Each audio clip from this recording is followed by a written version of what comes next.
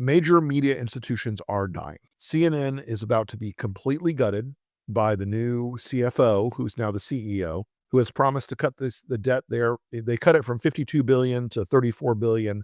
They're going to cut that debt to zero, which means they have to destroy the network. CNN is dying or dead. Network news is sort of a vestigial idea. Major newspapers are, the Washington Post is now Jeff Bezos, and that is largely, I won't say pro-Trump, but it is Trump adjacent. You have a few outliers in the mainstream media today. The New York Times is still a phenomenal enterprise, even though it both sides the shit out of itself every day and wraps itself in knots. The Atlantic is probably the best single publication in the country right now for news. It's more analytical, it's more in-depth, it's more long-range stuff, but it's astounding. I'm jealous of them every day. But a lot of where the news energy is going is on Substack and podcasts. We started the podcast at the Lincoln Project in 2020, not because we were like, oh, let's do a podcast like every other guy does. We did it because our polling showed us that people were getting their news from podcasts. We saw those polling numbers and we were like, well, if people are getting 65% of people told us they were getting their political news from podcasts, why not talk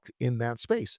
Donald Trump proved that case out in 2024 by going on Joe Rogan and Theo Vaughn and the Nelks and all these other big podcasts where they were able to bypass the media filters, talk exactly about what they wanted to talk about. People like a more direct, engaged feel. They like to talk and think about things that they've heard directly, not attenuated by a lot of media positioning. You'll see a lot of stories in the New York Times that are very well reported, but you can see that the editorial thing is to try to make it Donald Trump ate a live baby on the White House lawn.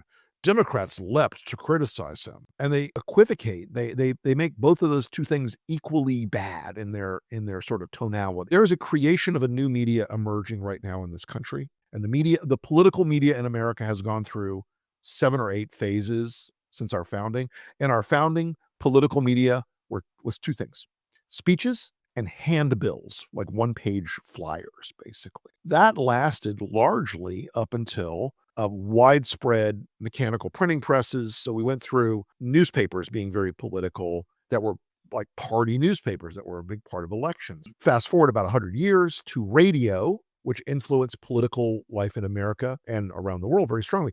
Adolf Hitler came to power in part because of radio. Stalin used radio. Roosevelt used radio.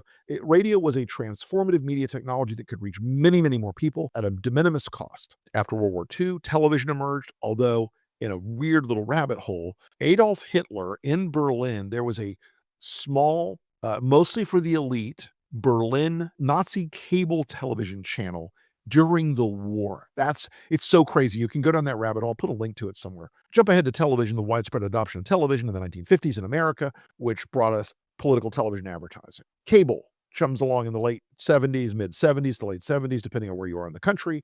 Cable makes it even more targetable. It becomes the political game space, both paid advertising and the emergent cable news world. That cable news world goes to digital in the 2000s, talking to voters on digital communication now, whether you're serving them an ad on their YouTube page, their Facebook page, into their phone, on their LinkedIn, wherever it is. That's the wave of the moment. And the news structures that you were used to for 30, 40 years are still sort of in the cable era. They're trying to transition to the podcast and digital advertising and digital advocacy era. But the Republican Party and the porn industry always adopt new tech first. And they've been very fast about building a vast, enormous, super-powered ecosystem in the digital space of outlets and podcasts and streaming and things on Discord and Telegram, every sort of way. We're trying to touch people where they are, which is on their phones, on their screens, in their homes, podcasts in their cars, and it's starting to work. The growth of Substack, the growth of the guys at Midas have killed it. The guys at the Bulwark have killed it. Lincoln Square's coming up strong. We're loving where things are going with this. But we have to build a new media. The insufficiency of the old media structures is apparent every minute of the day. And I think there's something more honest and direct and real for a lot of voters and a lot of Americans about what we're doing on Substack, what we're doing in podcasting,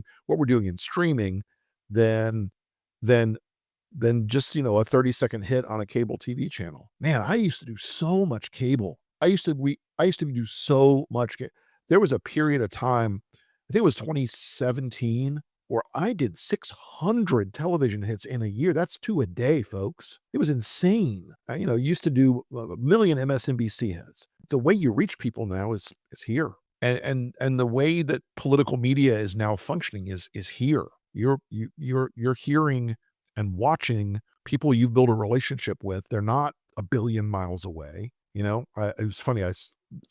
Hey, I was in the hardware store and a guy walks up to me and goes, "Man, I watched your stream last night on the breakdown. It was so good." I'm like, "Thank you." I'm in an Ace Hardware in Tallahassee, Florida, and there's a guy talking to me in a red state. And there's a guy talking to me because, he saw something and he's like, "Yeah, I showed my wife and it, made me feel better about." I'm like, "Holy shit." That when it comes home to you like that, it really is meaningful. And is it work? Sure, it's work, but, you know, traditional media and journalism, I tell you, I love journalism and journalists. Sometimes I'm journalist adjacent. Sometimes I do journalism. Sometimes I do opinion. Mostly I do opinion. It's the only job protected in the Constitution, mentioned in the Constitution, free press. And this is the new free press. We don't have a corporate master. We don't have a boss. We don't have a super PAC. We don't have debt to some hedge fund. It's just us doing what we do.